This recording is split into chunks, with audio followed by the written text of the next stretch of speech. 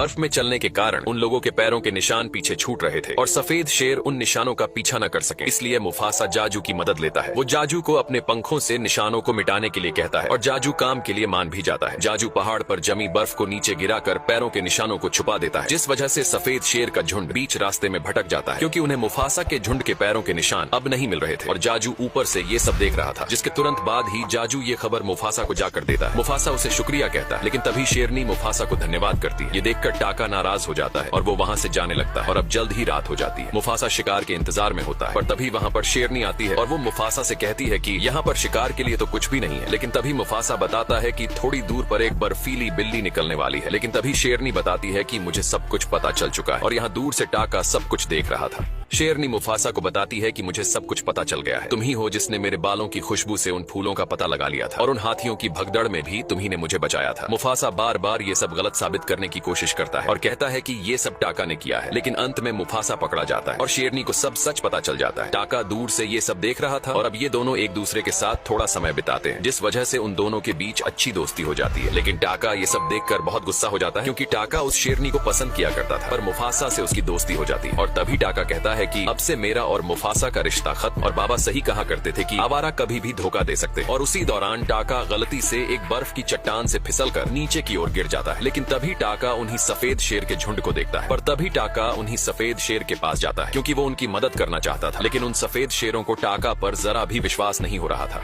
टाका अब उन सफेद शेरों की मदद करने के बारे में कहता है, लेकिन उन्हें जरा भी टाका पर भरोसा नहीं हो रहा था। पर तभी टाका कहता है कि तुम्हारे बेटे को मैंने नहीं बल्कि उस मुफासा ने मारा है और उसी ने ही तुम्हें हर मोड़ पर मात दी है, और उस मुफासा की वजह से अब मेरे पिता भी नहीं रहे और मैं अनाथ हो गया। जिसके बाद वो सफेद शेर और टाका एक साथ हो जाते हैं। लेकिन अगली सुबह जब मुफासा टाका से उसके बारे में पूछता है तो टाका शिकार पर गया था, ये बोलकर बात टाल देता है। और तभी टाका कहता है कि तूने जो किया है वो मैं कभी नहीं भूलूंगा। और तभी वहाँ पर जाजू आता है और उसने यहाँ से निकलने का एक रास्ता ढूंढ लिया था। ये सुनकर वो फिर से अपनी मंजिल की ओर बढ़ने लगते हैं, लेकिन टाका जानबूझकर सबसे पीछे चल रहा था ताकि वो सफेद शेरों के लिए निशान छोड़ सके। और अब जैसे ही वो लोग बर्फीले पहाड़ को पार करते हैं तो तभी उनके सामने उनकी मंजिल आ जाती है, जिसका नाम मेलेले होता है, क्योंकि बचपन में मुफासा के माता पिता इसी जगह के बारे में उसको बताया करते थे। और तभी रफीकी जोरों से चिल्लाते हुए एक बड़े से पेड़ की तरफ भागता है। रफीकी तेजी से भागते हुए एक बहुत बड़े पेड़ के पास आता है, जिसे वो अपने सपनों में देखा करता था। और तभी रफीकी कहता है कि मैं सपनों में तुम्हें अपने परिवार के रूप में देखता था। लेकिन तभी वहाँ पर बहुत सारे जिराफ आते हैं जो बताते हैं कि तुम्हारे पीछे सफेद शेर का झुंड पड़ा हुआ है, जिस वजह से हमारी जान भी खतरे में है। और जैसे ही मुफासा कुछ कहता कि तभी वहाँ वही सफेद शेरों का झुंड आ जाता है और वो लोग कहते हैं कि हमें बस मुफासा चाहिए। लेकिन तभी मुफासा लड़ाई के लिए तैयार हो जाता है और रफीकी को भी सभी जानवरों को इकट्ठा करने के लिए कहता है। लेकिन तभी सफेद शेर कहता है कि हम तेरे भाई की बदौलत यहाँ तक पहुँच पाए हैं। मुफासा को उसकी बातों